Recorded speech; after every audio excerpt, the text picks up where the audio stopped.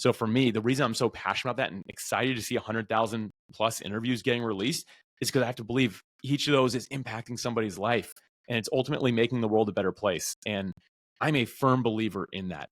And yes, as I mentioned multiple times now, I'm a follower of Jesus. It doesn't need to be like quote unquote Christian content to impact somebody's life, to help them. At the end of the day, people are searching maybe for an answer to one question, and your voice, your guest voice might be the only voice that finally makes that thing click for somebody.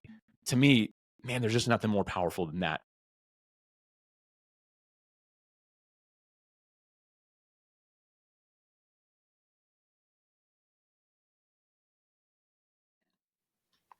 You are listening to Stories from Real Life, a podcast by engaging storytellers for engaged story listeners. Here's your host, author and journalist, Melvin E. Edwards.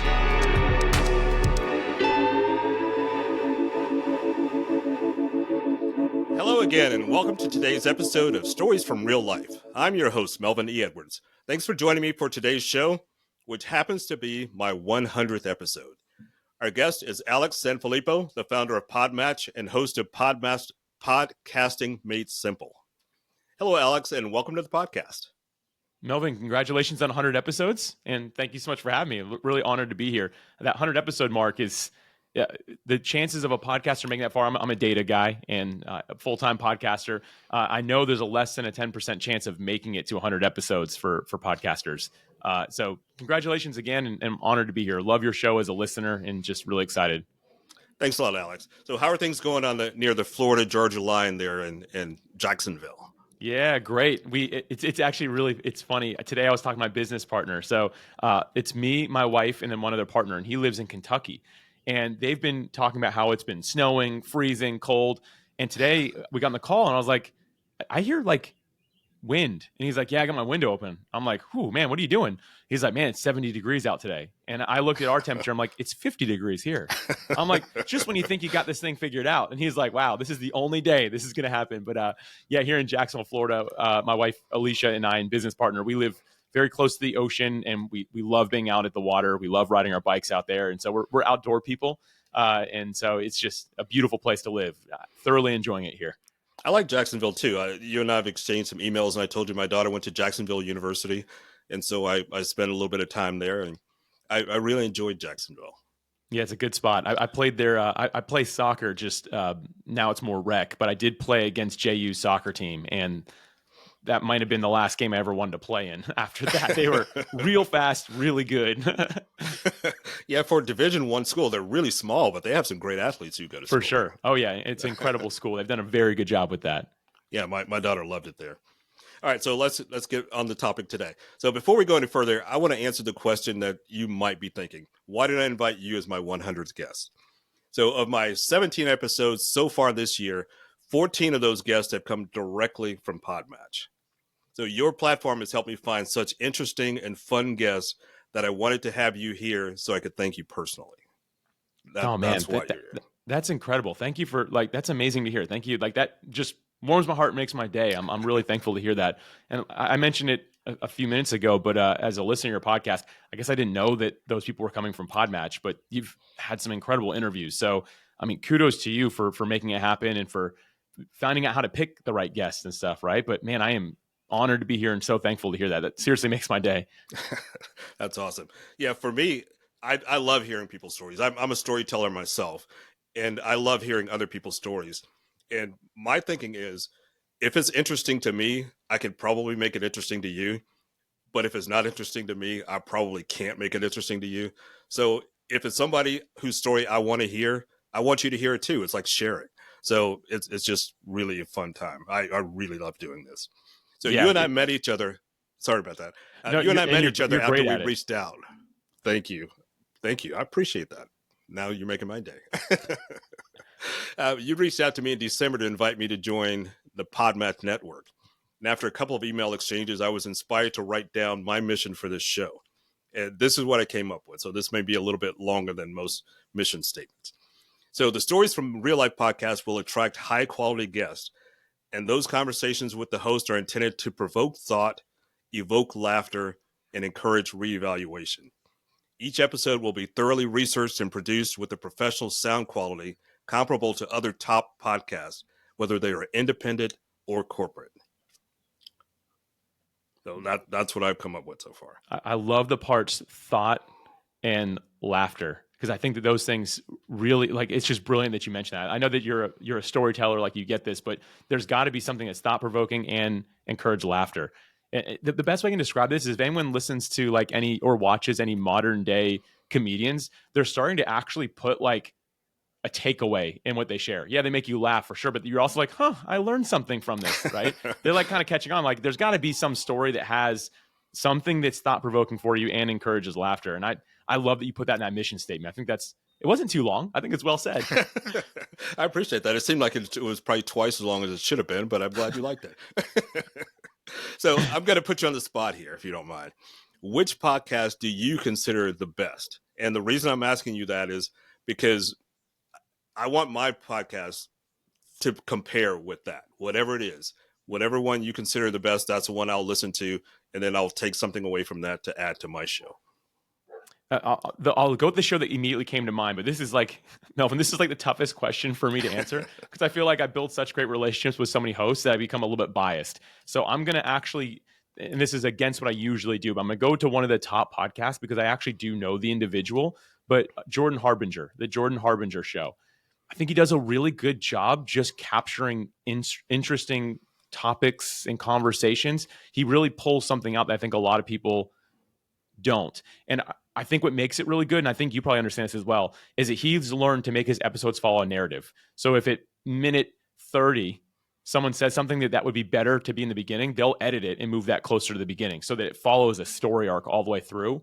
That's kind of where I learned how to do that, was by listening to Jordan Harbinger's show. I think he's done a really good job modeling it. Again, like, you can follow the whole thing through and you don't want to stop because you don't feel like it's just random questions. Like, you feel like it follows something. So, again, not my favorite question to answer because I'm like, man, I love so many shows, but that's the one that immediately came to mind. So the Jordan Harbinger Show is the one I'll mention. Okay, I hadn't heard of that, so I'll have to go and check it out and listen to it and try to take whatever he does and incorporate it into my show. Yeah. So I've heard you talk a couple times during virtual seminars that PodMatch puts on, and I get the impression that you consider your work now to be as much of a ministry as a business. Is that accurate? It is. Yeah. No one's actually ever mentioned that before. So thank you for, like, a gift to even hear somebody else say that. But I do. Like, for me, it really is an act of service. It's an act of love. And yes, I'm an entrepreneur. It's a business. It's a for-profit business. But I've weirdly enough, I've never been, at least in my adult life, been very motivated by the money side of things. I'm really big on impact and on purpose. And so for, like, me personally, everything's driven by my faith. I happen to be a follower of Jesus, and I never push that on anyone on the platform or anything like that. That's just basically Alex's foundation that I believe we've done a good job of making sure that's known on the platform, that we're here to love and to serve people really well. So for me, yes, absolutely. It's more of a ministry than anything else. And I really appreciate that, because that's also my foundation. And I don't make that the basis for my show, but it's woven within the context of the stories, just in the way I want to treat people and the way I want to be treated myself. So yeah, I appreciate that you do that. Yeah, thanks for mentioning that. For some reason, it actually reminds me of a past episode of your show. It was, I believe it was titled "The Challenge of Launching Young Adults Today," something along those lines. It was episode 99, aired on March 18th, 2025. Whether you're a young adult, have kids, don't have kids, I encourage everyone to go listen to that episode because it was really good. I don't have kids, but it was really good. Dr. Jack was your guest, and he said something that really stood out to me. He said, is my action and decisions based in love or something negative? And it is aligned with my principles. And for me, when I think of my business, I want to make sure that it's aligned, like Dr. Jack said, that it's aligned with, based in love, not in something negative or something self-serving, because I also consider that negative, and is aligned with my principles. And to me, everything we do in business, I say we, it's me and my wife, and we have one other business partner. We're very aligned with the fact of we're here to love and to serve people. And I just really, again, appreciate the fact that you noticed that and called it out today. Thank you for that. You're welcome. So before you got into podcasting, you were a business prodigy and you were involved in everything from used golf balls to real estate. How much money were you making as an 18-year-old real estate investor before the 2008 crash? Yeah. The golf ball thing, by the way, was when I was 10 to 12 years old. That was my introduction to entrepreneurship. Wasn't making much, also wasn't paying taxes. Sorry, Uncle Sam. But later on, yeah, I got into the real estate space. And it was, let's see, this was just before the real estate crash. I have to imagine it was probably it's probably about 120,000 a year, maybe, is what I was kind of bringing in, a lot of that being passive and stuff like that. I think it was about that number, which for me, 18, 19, 20-year-old kid, like that was like I could have never imagined. And obviously with inflation, the numbers, I don't know what that would be in today's world, but this is going back to 2004, 5, and 6. And yeah, that's what I was making at that point. Unlike now, I was very driven by the number, very driven by that. And that's what I really wrapped my identity up at that point in my life. That was a pretty successful teenager. I need you to talk to my teenagers. So what happened next after 2008? Yeah. So I was kind of sailing and coasting in this. And as I just mentioned, I kind of had my identity wrapped up in basically the money, the stature, the status, like these type of things. And it was very much so misaligned. It's the wrong thing to be focused on, because I found myself always feeling like I never had enough. That's right. You get a little bit more to what was formerly known as enough. And now it's like, no, this still isn't enough. And I just know that I was just never going to make it. Right. I don't think I knew that at that point, but thankfully, we had this recession. We had this market correction happen. And I wasn't one of the people smart enough to see that this was coming. So I was all eggs in the basket of real estate. I had a tech startup that was in the real estate space. And I also had doing investments, buy and hold strategy. And so I went from doing really well one day to waking up the next day to having a company that could no longer be run. And I actually had a partner in that. And I ended up there was no even money exchange. I just said, hey, I can't do this. This is just you now. And you can see if anyone wants to stay working with you. And on the investment side, I actually ended up moving into an investment property that I never had any intent on moving into, but was the only way I wouldn't lose the property, was that I had to move into it. And I was over leveraged, all the bad things. It's like, hey, you're in the worst spot in 2008 if this happens. And there I was in that space. And so, yeah, I consider this to be the most fortunate time of my life, though, because it forced me to hit rock bottom. And at that point, I was in a bad relationship, mostly financially driven. The friends, air quotes, I had in my life there were people that were kind of following the money, right? Maybe they wanted to be like that as well, or they were like that. And so I found myself broken and alone. Like my identity was wrapped up in how good I was doing financially. And now I had nothing. And I didn't have any people to lean on. Any real friendships I had, I kind of didn't prioritize. So now it felt weird going back to them, being like, hey, I haven't talked to you in years. How are you? Right? I'm struggling. Can you help me? And I can say that to this day, that was the lowest point in my life. That was absolute rock bottom. But I think that when it comes to our identity and really who we are at our core, sometimes it takes that for us to wake up and to reconsider our direction in life. And so for me, that was it. And to like kind of put salt in the wound that I had, I ended up getting a job in the aerospace industry, which ended up becoming a career. But when I say got a job there, my title, I believe, was receiving clerk, which basically meant Alex breaks down boxes and takes out people's trash. And listen, from where I was to that, it was humbling. And it, again, much, much needed. And so that's what led me to really discovering myself. And as I shared just a moment ago, like our values within PodMatch, treating it more like a ministry, not being motivated by the money, that all happened because of this rock bottom experience. And Melvin, if it's helpful, I can share the actual, like the moment where this thing shifted for me, if that's a good direction for us to go in. Absolutely. Let's do it. Yeah. So I remember every day checking my mail after work, and I'm kind of like a type A guy. I don't leave stuff sitting around. So there's not stacks of bills. I handle them. Like as soon as I get them, I open it, I handle it. And I remember this day I was expecting more bills to come through. There probably were bills, but one thing that showed up was a flyer to a young adults church ministry. And I grew up, I'd say religious, not really a person of faith, but more religious. And but I had really steered away from that in my teen years and as I got more financially driven. But I remember looking at this card and feeling like I was supposed to go to this thing. And I looked at the address. I'm like, this is like, has to be right across the street from where I'm living right now. Like it has to just be right there. And so I put it in the corner of my counter, which again, unlike me, And I was like, I'll look at this later. Melvin, I let that sit there for 3 weeks, which again, not like me. Every day it kind of haunted me a little bit. And finally I was just like, I got to throw this thing away. Why am I holding on to this? And I just couldn't. And finally I was like, you know what? I'm going to go so I can throw this away. Like a little crazy in the mind, right? But I'm like, I'm just going to go. I remember getting my car, driving there. It happened to be the night this was going to be happening. And I remember as soon as I got in the parking lot, man, like, I guess when you walk into anything new, maybe you feel this way, but I was like, man, I don't have any friends. These people are going to see them a fraud, that I made really bad investment decisions, that I'm alone. Like I'm going to get judged here, just like everywhere else. Like I already know what's going to happen. Like, why am I putting myself through this? And all these thoughts and emotions run through my head. And I kind of held to this point of courage means being afraid than doing what you have to do anyway. And for some reason I was like, you know what? I'm afraid. I don't want to do this, but I know that I'm supposed to. I'm just going to walk in here and do this. And man, what happened next is hard for me to describe. I remember walking in, and I guess the bonus is that people were very kind and didn't seem to care about my financial status. And that was a great thing, right? I had never really experienced people who just love for the sake of loving people because I'm another human being. So that was a bit of a bonus, but I was impacted by God, and I don't know how to describe it other than I walked in and I felt this sense of peace and calm that I hadn't felt since I was a young boy. I just felt this sense of peace. You mentioned the golf ball thing earlier. That's the first time stress entered my life. 10 years old, selling golf balls, thinking we don't have enough inventory.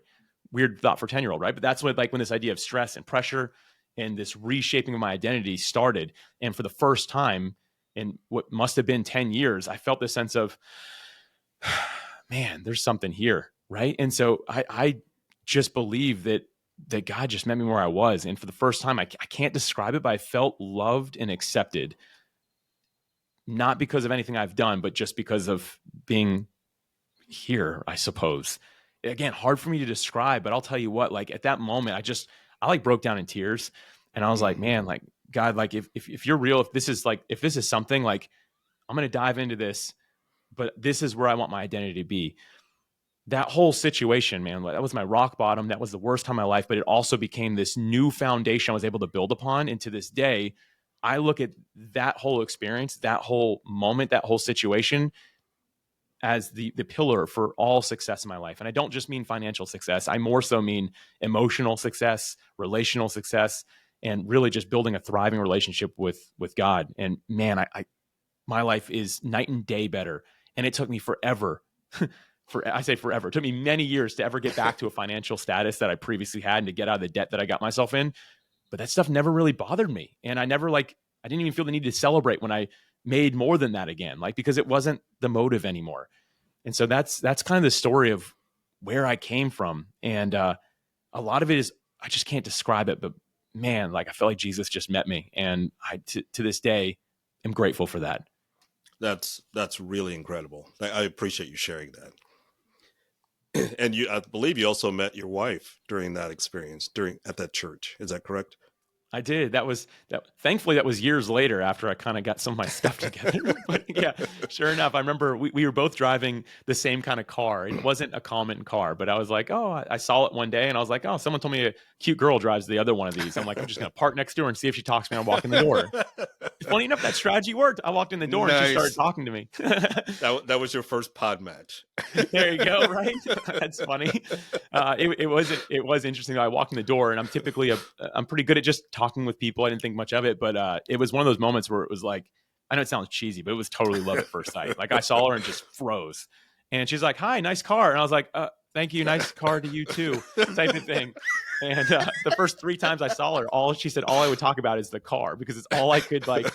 And so I'm like, you need to talk to me about something other than cars. So I was like, okay, I'll try. But yeah, it's pretty awesome that she even gave you that chance, a second chance to make the first impression. Right, for real. All right, so I listened to an episode with you as a guest yesterday, and something really piqued my interest, and I'd like for you to touch on that. How PodMatch started with a whiteboard in your home. Tell me about how that evolved. Yeah, so I got the initial idea for PodMatch, which I didn't know was PodMatch, but I got it while I was at PodFest Orlando.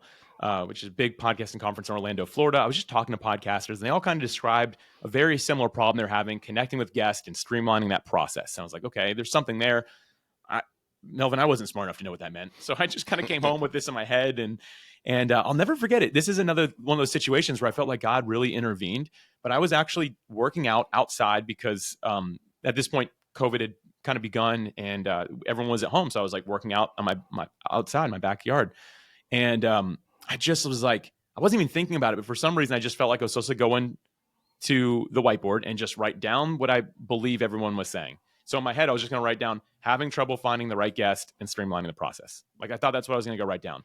So I walk in, and I was a corporate guy. Like I mentioned, aerospace. I did 15 years in that career, which I really loved. So a wall of whiteboards was very common for someone like me. And so I just write it up in the top corner. I paused for a second, and then the only way I can describe it is a download from God. I felt like I just wrote. I mean, I filled up every inch of every whiteboard, and I was like, I stepped back, and I was like, whoa, where did this come from? And to simply describe it, what it boiled down to was like a dating app, but instead of connecting people for dates, it connects people for podcast interviews. And so wrote it all down. And I'm not a developer. So I was like, okay, this is an idea. I'm like, I would need a developer. I'm like, well, I know my friend Jesse. He and I were in each other's weddings. We went to church together for years. He's another guy I met in my early 20s. And I picked up the phone and texted him. I was like, hey, man, do you have time for like a quick call? Just want to pitch an idea to you. And almost immediately, he's like, yeah, sure. And I was like, I called him. I'm like, hey, man, like, let me just pitch this idea and tell me what you think. And he didn't even hesitate. He goes, yeah, I'm all in. Let's do it. He goes, I just wrapped up like a multi-year project 2 days ago. Let's do this. Like, let's draft up paperwork and become 50-50 partners. And we made it happen. And the rest was kind of history. But yeah, it came from that whole experience. And I do want to fast forward to one thing that happened 6 months later. I wish I would have known this on this day, but it was probably better for me not to know on this day. But it was me, my wife, Alicia, Jesse, and his wife, Jenna. The four of us went out to celebrate launching PodMatch. And she goes, yeah, you know what's wild, Alex? She goes, like 2 days before you called Jesse, someone at our church who I don't know walked up to me and said, your husband's going to get a phone call in 2 days about a business idea, and he's supposed to take the idea. And the person just walked away. And sure enough, 2 days later, I called. And that's why he didn't hesitate. He didn't care to share that information with me, which would have been like very reassuring, right? But it was one of those things. It's like, man, like I told him, like, I would have loved to have known this, but that is such great confirmation that we're on the right track. And I was given that information the day we launched the company, which was a really good day to find out as well. So anyway, yeah, that was the whole like whiteboard experience and kind of how the whole thing started. Wow. And that was 5 years ago. And you've more than 100,000 interviews have now taken place after connections on PodMatch. Why are you so passionate about the podcasting industry? Oh man, thank you for asking this. Again, just a gift of a question that people like. It's my favorite thing to talk about. So thank you. 100,000 interviews is an incredible thing. I try to avoid looking at numbers too much myself. Again, not really driven by that, more driven by impact. For me, if it helps one person today, then it's worthwhile. When I think of 100,000 interviews, I do think, hey, if each of those interviews impacted one person, that's still 100,000 people that are getting impacted by what we're doing here, right? And I'm just so thankful for that. And what I believe to be true about podcasting is that this medium, podcasting, there is, yes, the video element these days, but audio still this day is when people are taking a walk, when they're cooking, when they're cleaning, when they're doing something that's engaging a different muscle that allows them to really retain well while they're listening. And it's a very intimate medium. It's allowing them to get some information that they want. Some people want to hear stories. Some people want to laugh. Some people want to cry if they're struggling with something. Some people just want to learn something new about a topic that they're curious about. But at the end of the day, I think that podcasting is the primary medium that's really serving people and driving them forward in today's world. So for me, the reason I'm so passionate about that and excited to see 100,000 plus interviews getting released is because I have to believe each of those is impacting somebody's life, and it's ultimately making the world a better place. And I'm a firm believer in that. And yes, as I mentioned multiple times now, I'm a follower of Jesus. It doesn't need to be like quote unquote Christian content to impact somebody's life, to help them. At the end of the day, people are searching maybe for an answer to one question, and your voice, your guest's voice might be the only voice that finally makes that thing click for somebody. To me, man, there's just nothing more powerful than that. And I am just, again, a firm believer in the impact that podcasting is having on the world today. That's awesome. So when somebody is thinking about starting a podcast and they come to you or somebody gets a message to you, that they're thinking about starting a podcast, what do you say to them? I always want to say, Melvin, do it. But yeah, I don't always say that. Typically, listen, we shared the stat earlier. You're at 100 episodes. And again, congratulations. Not many people make it that far. And so I don't tell people automatically, yeah, launch a podcast, because I'm like, the statistics are totally against you. And so I don't discourage people, but I typically like to dive deeper into why. And earlier, you shared like a very beautiful purpose behind your show. And again, the parts that stuck out to me is like thought-provoking and generating laughter for people. Like, I love that. Like, you have a real reason for what you do, and you do that through storytelling in such an incredible way. If someone's like, I want to launch a podcast, I'm like, why? I don't know. It looks like fun. I typically will tell them, hey, like, you need to really like go home and do some soul searching. Like, why do you want to launch it? And like, oh, maybe it'll build me a big audience. And to me, I'm still like, maybe not the best choice, right? Like, and I don't try to be rude by saying any of those things. Just, I realize the amount of work that goes into it. But when someone comes up to me and says, Alex, I think I want to launch a podcast because I am really passionate about helping people understand how to raise children that will become high functioning adults. Like, even something like, I'm like, that's a great show. Yes, you should launch that show. And I don't necessarily, I'm not like a launch strategist or anything like that. So I will pass them along to people that I know and trust. But I tell people, if you've got a real purpose, a real why behind it, then do it, because that can make an impact. But if you're just like, looks fun, I'm going to do it, I'm like, maybe not. I don't know. All right, let's talk about some of the nuts and bolts of podcasting. Why do you recommend that podcasters spend time, quote, doing things that don't scale? Doing things that don't scale. To me, this idea is staying connected with why you got started in the first place. I'll just take this to the unicorn level. So like, we're looking at $1 billion+ companies. Typically, when a company gets that big or gets that big really fast, they at least temporarily have this dip where things just look like they're going to crash and burn. It's not going to work anymore. And the reason it happens is that the person who created it started growing so fast that they could no longer communicate or have any connection to the person they created it for initially, removing that completely. So they're building to get to this evaluation versus doing it for a human being. Listen, humans don't like stuff for robots. Humans like stuff for humans, right? So that's why most of these companies, you see this dip, because they have to realign to, okay, we need to talk to the people that we're supposedly helping, because I don't think we're helping them anymore. And so listen, our podcasts are not unicorns. They're not having billions of people listening.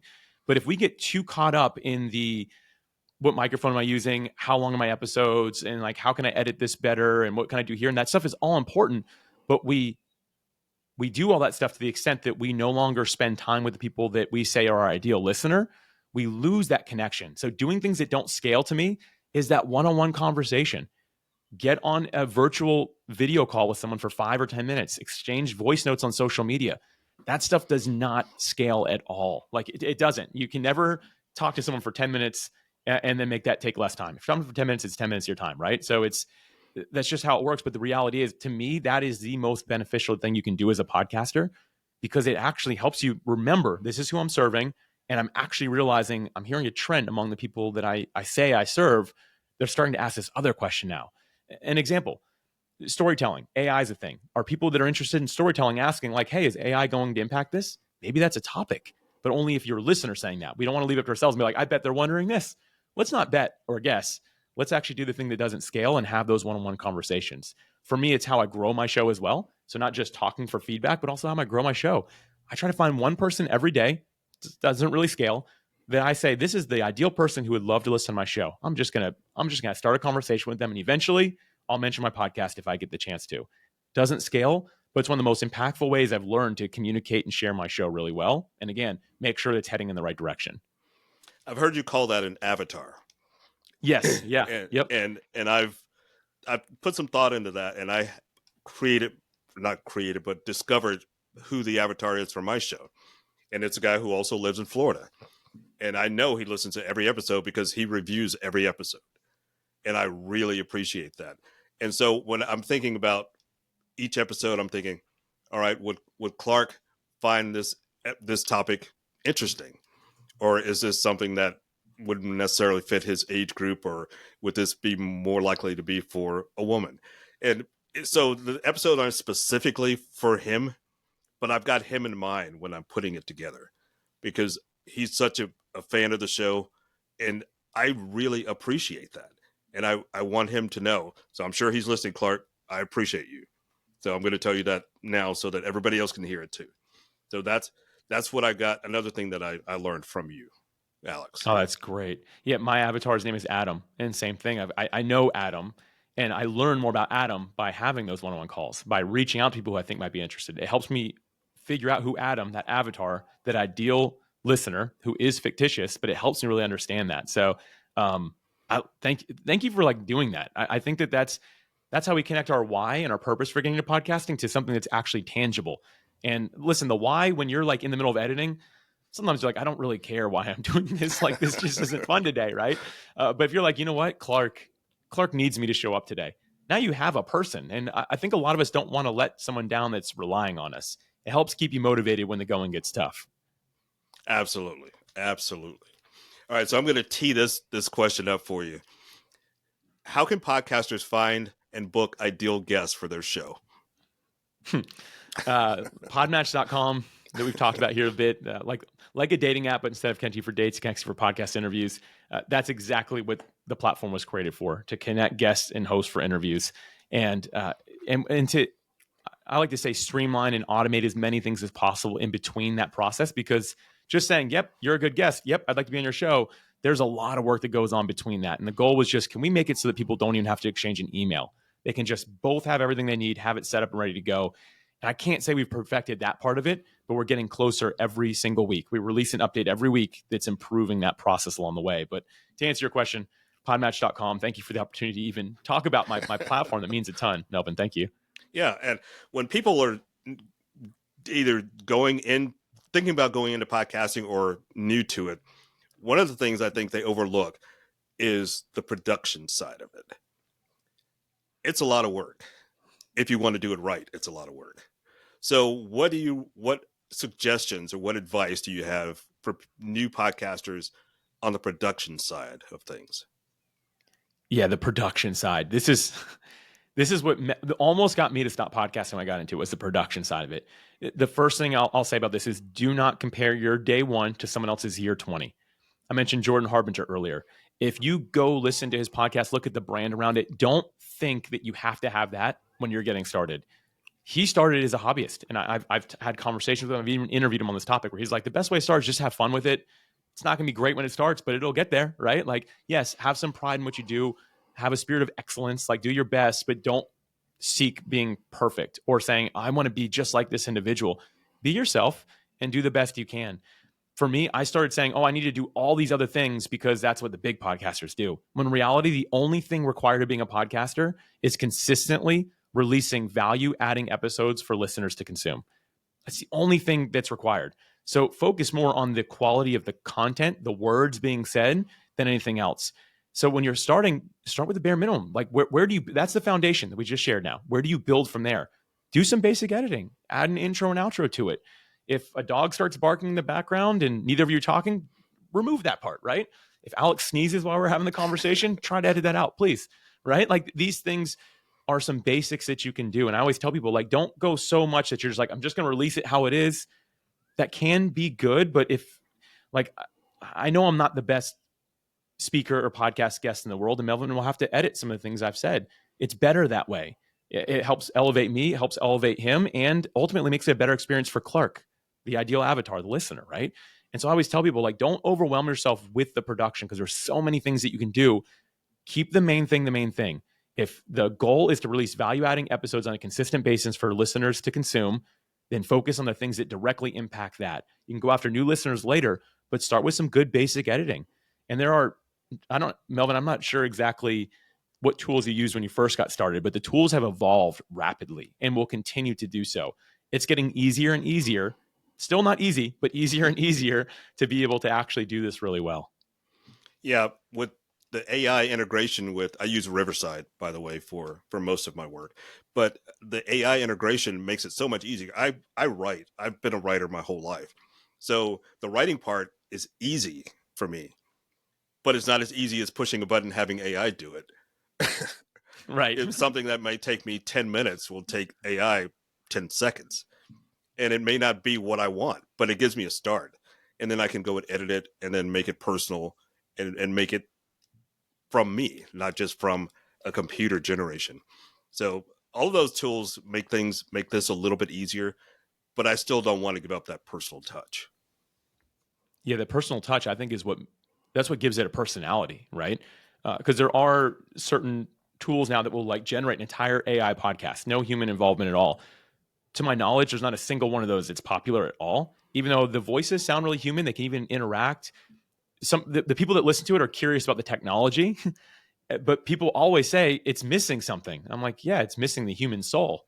That's what we all connect with. Humans, I shared it earlier, but humans like interacting with humans, not with robots, right? We want robots to serve us, yes, but people don't enjoy that content because it's missing something. Even though it's perfectly mimicking what humans are, it's still a mimic of what's actual, right? And so the personality of your show is huge. And I think that leaving some of your weirdness, right? I'm speaking to everyone here, not you, Melvin, in general, but leaving I got like plenty of weirdness for everybody. good to know. But you leave a little bit of that character in there. That's what people really connect with. They like that part of it, right? And so I think that for all of us, we need to say, yeah, I'm using these tools, it's helping, but put your personality into it, because that's what adds the dimension that tells someone else, Melvin's a person. I like Melvin because of this. And so I always encourage people, keep that involved in it. Don't let AI do everything for you. You got to have some of your own interaction in there as well. Absolutely. So I only have a couple more questions as we start to wind down the conversation. This is sort of a broader question, then I'm going to narrow it for the second one. Where does the podcasting industry go from here? Yeah, we just mentioned AI. AI is definitely reshaping online, period, right? Like everything online is being reshaped by it. But what I am finding is there's a lot of people that get nervous about it, and I don't think that we should. It's like a affordable research assistant. My dream when I was in corporate, like I did really well, but I always wanted to have a full-time employee. Their only job was to go figure things out for me that I was just curious about, had nothing to do with the job. I could never pitch that to the board. They were not interested in that for obvious reasons. I have that now. I have research. You can use it for that. It's great. It's an extension of who we are. It's also making tools way better to serve people. The problem I see happening, though, is that people are relying too heavily on it and wanting it to be them instead. And I already kind of shared this, but instead of them be it. And I'm seeing in the podcasting industry, that is one of the things that I think could potentially hinder its future growth, because people that are listening are going to look for human stuff. And if there's not as much human stuff, that's tough, right? Like now they're like, oh man, it's all robots. There's no people doing this anymore. But on the flip side, people that are willing to put in the work, that are willing to do the writing, that are willing to talk, they're getting elevated more than ever. And one very practical way I've seen this is I write about podcasting stuff.